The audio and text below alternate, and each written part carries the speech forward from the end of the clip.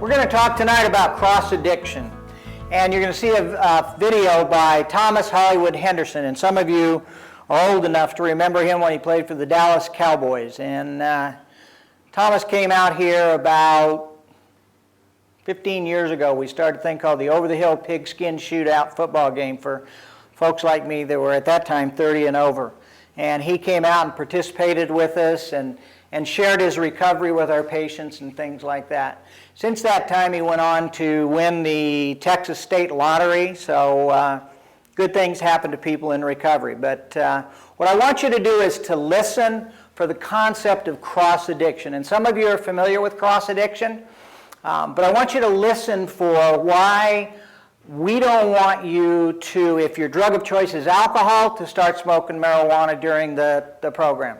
Why, if your drug is speed, crystal, we don't want you to drink. So our premise of recovery is complete and total abstinence from all substances. And that's a well thought out practice because we know it doesn't work otherwise. So I want you to listen for that in this video. This is probably going to be one of the videos that you like the most. Hollywood Henderson is entertaining and informational. So I think you're going to enjoy this video, and then we'll come back and we'll talk about the concepts of cross-addiction and a few other things, and enjoy the movie.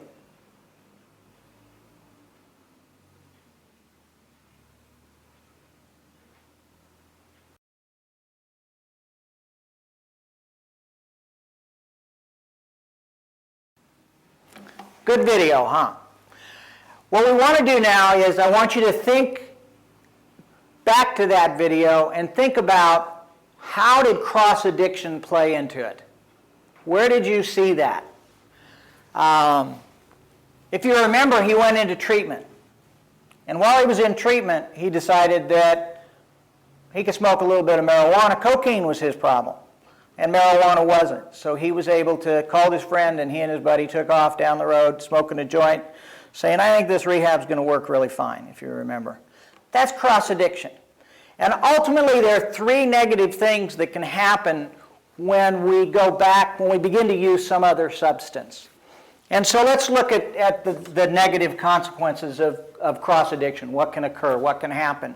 We come in with an addiction. We say, okay, I've got a speed problem, or I've got an alcohol problem, or I've got a cocaine problem, or I've got an opiate problem. And what we have to understand is that we have a chemical dependency problem. Our drug of choice is this. However, all of those agents that we talked about are psychoactive. They change the way we feel. And again, going back to the concept of the only reason that we use alcohol and drugs is to go from point A, discomfort, to point B, greater comfort. That's the point. And that's what the substances do in different ways for different people. So now we're going to look at, well, why would we not want you to do that? Why is that not effective? What kinds of liabilities come in the wake of a decision to use some other kind of a substance in the course of this? First, we might possibly return to the drug of choice.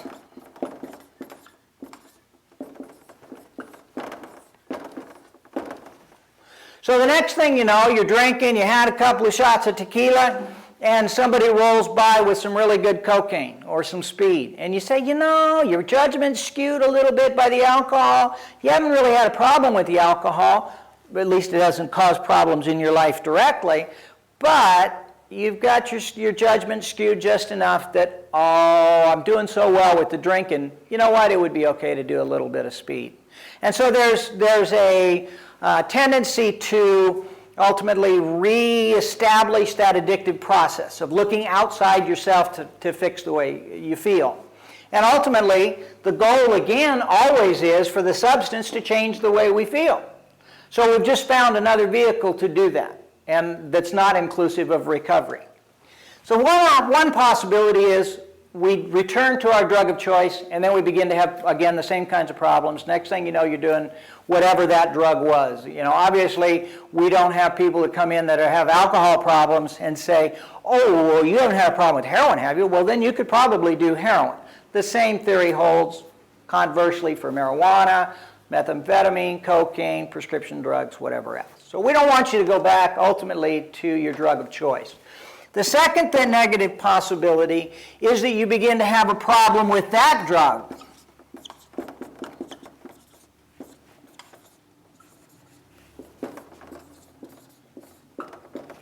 So we may see that you don't return to your drug of choice, but you start having a problem with that. So where you came in under treatment for opiate addictions, for Vicodin or heroin or something like that, but now you're drinking a little bit. The next thing you know, the drinking's increased and it's causing some problems, and then you got a DUI.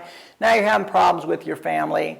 Or likewise, you come in for alcohol and you decide, well, a little bit of weed wouldn't hurt. After all, God grows, it's an herb, it's medicinal, it's natural. If you have glaucoma, it's good for you. If you have cancer, it's good for you. So marijuana is a good drug. It's okay. And so we use those kinds of rationalizations to figure out. And the next thing we know, whoops, I forgot my hand there. We begin to have some problems with that drug. It begins to fit the same model, remember we talked about, of use of the substance followed by some kind of a problem that creates pain, and then despite the problem, we continue to use again. That's our cornerstone definition of addiction. And so you start to see that with the new drug that you're using. So now you have a new drug of choice. Now those things may or may not happen. That's a possibility, either one of those. But not necessarily the case. This is an absolute. This one is a for sure. And what you do is you lose recovery.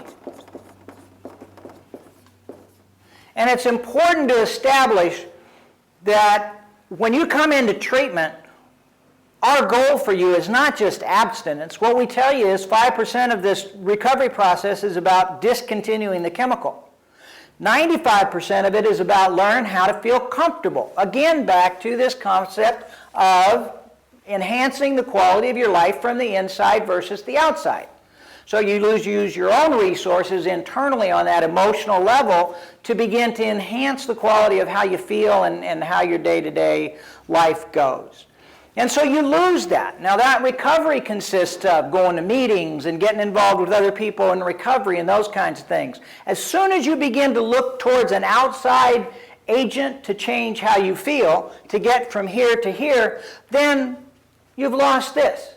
And everybody that comes into treatment, every person that's ever entered our doors, came in because there was some kind of a negative consequence. They were getting hit in the ass with a stick. And whether it was legal or family or job or health problems, nobody wakes up in the morning and goes, God, my life's going really good. I think I'll go into treatment. We wake up with, hangovers. We don't wake up. It's just the next morning and the sun comes up. And we've been up all day and all night and everybody else is going to work, and you've got that awful feeling in the pit of your stomach that, what you've done and what you've not done and what you should be doing and all that stuff. And you look in the eyes of the people that you love and all the things that come with it. And so what we want you to do is to get that concept that recovery is an alternative to addiction. That if all you do is just discontinue the use of the chemical, you'll go back to the chemical again.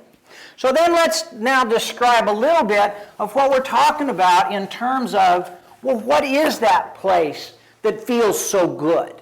Because I think that there's a state of consciousness that we all aspire to, whether we're chemically dependent or not. People that are chemically dependent simply found a way to get there. I think everybody wants to feel comfortable. Everybody wants to feel good.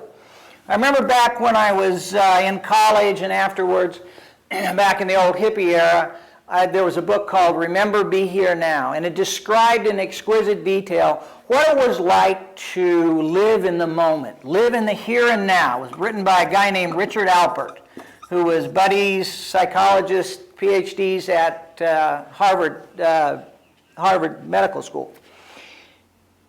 And he had studied with a guru in India and basically written this book. And it was an explanation of what that state of consciousness looked like, felt like, tasted like, but it didn't tell me how to get there. I knew how to get there via drugs and alcohol. When I got the dose just right, when you're trying to mix cocaine and a little speed and a little alcohol and a little weed, and you're trying to get that place where it's just right and you overshoot the mark and you're a little bit too cranked up, so you do a little bit more alcohol or quaaludes or sedative drugs, and then you're a little bit too far down, and then you do this and you do that, and you're looking ultimately for this place right here. where everything's comfortable. And everybody in this room has been in that place at some time, where time stands still. And you have this sense of absolute comfort. And that's where we all want to go. Unfortunately, what ends up happening is that we learn, for whatever reasons, to live most of our life in the future and in the past. This is a timeline. And so when we're talking about the future or the past, we're talking a millisecond into the future or into the past, or all the way back in our past and ultimately into our future. And when we look at, well, what gives that quality or lack of quality, there are feelings. And the feelings that we don't like, that we want to change, are feelings like, for the future, of fear. Fear of what? Fear of loss. Loss of what? Everything. Loss of your hair. Loss of relationships. Loss of respect. Loss of jobs, loss of freedom, loss of life, whatever the loss is. Loss of, for instance, in a conversation with that good-looking girl that you want to impress, loss of her respect for you. And so I can remember trying to impress some girl and thinking of something funny or profound or interesting to say. And then I'd say it, and then there'd be a part of me going, God, that was a stupid thing to say. So here I come around here like that. Come on, say something interesting. Say something funny. And I'd say something, oh, geez, that's the stupidest thing. And I'd get locked up in this just awkwardness, just a little bit out of kilter, not quite able to just let things flow. Give me a few shots of tequila, a Quaalude, a little bit of this, a little bit of that, and the next thing you know, I'm right here in the moment, in the here and now, and I'm okay. I'm not afraid. I'm right into the moment. So we're afraid of loss, and yet we're born into a world where loss is inevitable. From the day you're born, you're starting to lose stuff. Losing your dog, losing your grandparents, it's a guarantee that you're going to lose stuff. So we have to figure out some way, and when we talk about that thing called recovery, because that's the option that we're offering to you in lieu of the substance. Remember, only 5% is about discontinuing the substance. 95% is about that. It's about learning how to get here without using substances. If we just told you it's bad, you already know that. You can get up here and give the lecture about drugs being bad, every single one of you. The point is, what's recovery? And that's what those 12 steps ultimately are about. So fear of loss, we're born into a world where we're guaranteed loss, and yet we have this emotion called fear. How do we deal with it? How do we deal with it without using a substance to do that? And changing brain chemistry in such a way that it overrides that emotion. And there's a thing called faith. Not blind faith, but the faith that there's a sense of purpose on the planet and that you're involved in that purpose. And that the things that are inevitably going to occur in the course of your life are exactly the way they're supposed to meant to be, that they're meant to be, and that they're okay. That ultimately you will follow a course of gain and loss, but that your choice to stay in the moment, in the present, is a choice you make. And how you deal with that fear is what dictates whether you stay here or out here. And faith is an act of what we call surrender. And if I'm going to surrender, I better damn well have something I'm going to surrender to. I better have a sense of purpose on the planet, that I'm not just born one day and I'm going to die another, and it's an arbitrary, capricious world where stuff happens. That there's some plan, there's some intent, that I'm part of something bigger than just I'm sucking air. And so with that, we gain that. And when you look at the steps of Alcoholics Anonymous, the first steps have to do with, first, powerlessness over this substance or substances. That's all then it has to do with alcohol or drugs. Now it has to do with came to believe that a power greater than ourselves could restore us to sanity. Turned our will and our lives over to the care of God as we understood Him. So those are the kinds of things that then set the stage for being able to have a sense of purpose. So that's how we deal then with this aspect of what keeps us out of here, because we want to move back into here. Well, what about the past? What are the feelings ultimately that we experience that we don't like about the past?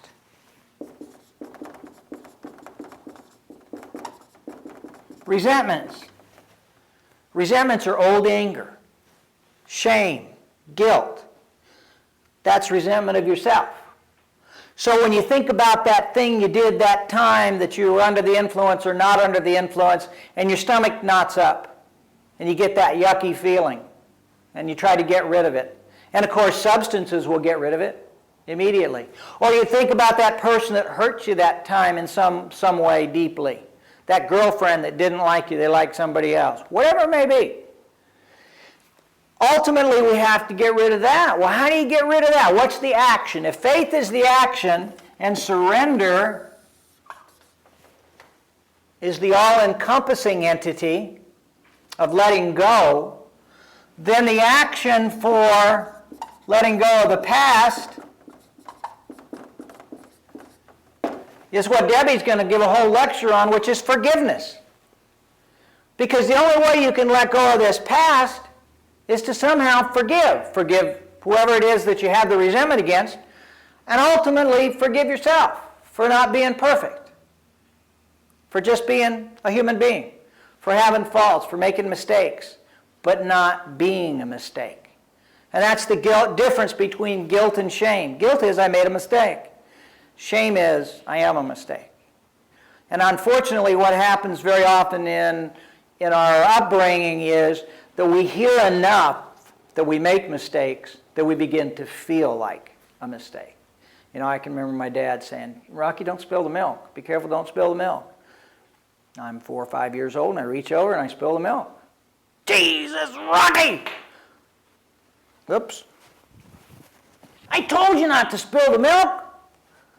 And I remember thinking, why did I do that? Was it purposeful? No. I didn't mean to do it. You know, it was a mistake. I made a mistake. But as time went on, my experience was that I was a mistake. And I heard that over and over again. And pretty soon there was a sense that I wasn't really good enough the way I was supposed to be, that somehow God had made a mistake somewhere in this deal. And that's that sense of internal inadequacy that we feel inside but we don't put out front. So we lose our opportunity to change. And recovery is simply another word for change. And everybody that's come into this program in some capacity has asked for the opportunity to change. And that's what we offer. And that's recovery. And the use of any kind of psychoactive substance for people who are addicted will ultimately result in losing the capacity for recovery. We can't get it. And that's the ultimate loss. And it's also the ultimate gain. It's the opportunity that you have today to make a decision to let go of all those substances and to make some changes in your life and let those changes last for a lifetime to the betterment of yourself and your family. Good luck, and I hope that helped.